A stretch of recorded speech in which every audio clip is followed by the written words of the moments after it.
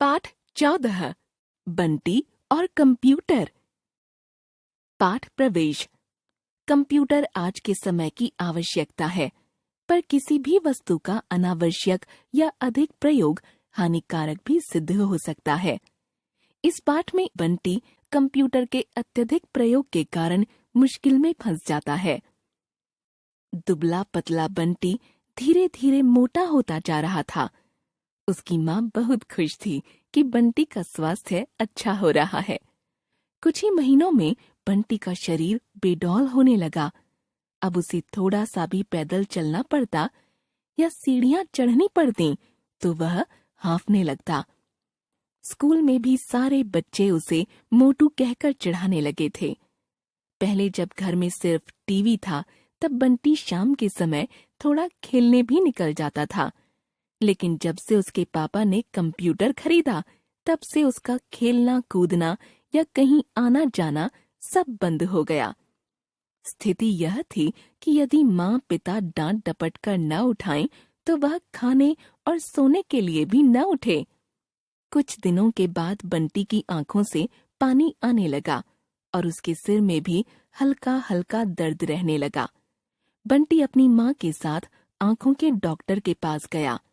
जांच करने के बाद डॉक्टर ने भी यही बताया कि टीवी और कंप्यूटर के सामने लगातार देर देर तक बैठने के कारण उसकी आंखें कमजोर हो गई हैं। डॉक्टर ने खाने के लिए और आंखों में डालने की दवाइयां तथा चश्मे का नंबर भी लिख दिया। अगले ही दिन से बंटी की आंखों पर मोटे लेंस का चश्मा चढ़ गया। घर में कंप्यूटर आने के बाद बंटी के पढ़ने लिखने का ढंग भी बदल गया था। पहले तो वह हर विषय के नोट्स तैयार करता था, पर अब वह कंप्यूटर पर हर विषय की अलग अलग फाइलें मेमोरी में भरकर निश्चिंत हो जाता था। माँ लिखने का अभ्यास करने को कहती तो वह कहता, उफ माँ, आप वही पुराने जमाने की बातें लेकर बैठ गईं। अब कॉपी किताब और कलम दवात का जमाना नहीं रहा। यह कंप्यूटर युग है।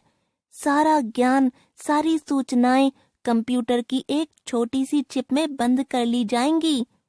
परीक्षाएं शुरू हुईं। पहले ही दिन विज्ञान का पेपर था। अपने हिसाब से बंटी ने काफी अच्छी तैयारी कर रखी थी। परीक्षा से एक दिन पहले वाली रात वह काफी देर तक कंप्यूटर पर गेम खेलता रहा। फिर उसने विज्ञान की फाइल खोली ताकि सोने से पहले सारे प्रश्नों के उत्तर एक बार दोहरा ले। तभी एकाएक बिजली गायब हो गई। बंटी भागा भागा छत पर गया तो देखा कि न सिर्फ उसके घर की बल्कि पूरे शहर की बिजली गायब थी। लगभग 1 घंटे तक प्रतीक्षा करने के बाद उसने घबराकर बिजली ऑफिस फोन किया। यह लोकल फॉल्ट नहीं है, ग्रिड फेल हो जाने के कारण पावर स्टेशन से ही सप्लाई बंद है।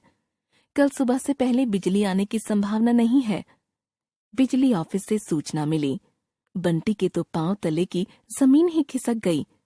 सारी रात बंटी को नींद नहीं आई। सवेरे बहुत उदास मन से वह परीक्षा देने पहुंचा और पुरानी याददाश्त के आधार पर प्रश्नों के उत्तर लिखने लगा। लेकिन यह क्या, उसकी कलम तो गति ही नहीं पकड़ पा रही थी। कारण यह था कि काफी समय से उसका लिखने का अभ्यास छूट चुका था। वह जैसे तैसे अभी 3-4 प्रश्नों के ही उत्तर लिख पाया था कि समय समाप्ति की घंटी बज गई और उसे उत्तर पुस्तिका जमा करा देनी पड़ी। जब बंटी स्कूल से मुंह लटकाए घर लौटा तो माँ ने भांप लिया कि दाल में कुछ काला है। क्यों बंटी, क्या बात है? तुम्हारा मुंह क्यों लटका है? पेपर कैसा हुआ? माँ ने पूछा। माँ, पेपर खराब हो गया। बिजली न होने के कारण रात में मैं प्रश्नों के उत्तर दोहरा भी न सका था और जो कुछ याद था उसे लिखने बैठा तो कलम ही नहीं चल रही थी। जब भी तेज लिखने का प्रयास करता तो ऐसा लगता जैसे हाथ से कलम छूटी जा रही है। बंटी ने रुआंसा होकर बताया। बंटी की सारी बात सुनकर माँ ने उसे समझाया, बेटा भले ही यह कंप्यूटर का युग है, पर अभी भी किताब कॉपी का चलन समाप्त नहीं हुआ है और न कभी हो सकता है। कंप्यूटर पर एक क्लिक में सारी जानकारी मिल जाती है। तुम हर बात याद रखने के लिए भी उस मशीन पर निर्भर रहते हो, अपने मस्तिष्क पर नहीं। किताबें पढ़ने लिखने से मस्तिष्क का विकास तथा लेखन से अभ्यास पक्का होता है। मैं अब सही तरीके से पढ़ाई लिखाई करूंगा और जब आवश्यकता होगी तभी कंप्यूटर का प्रयोग करूंगा।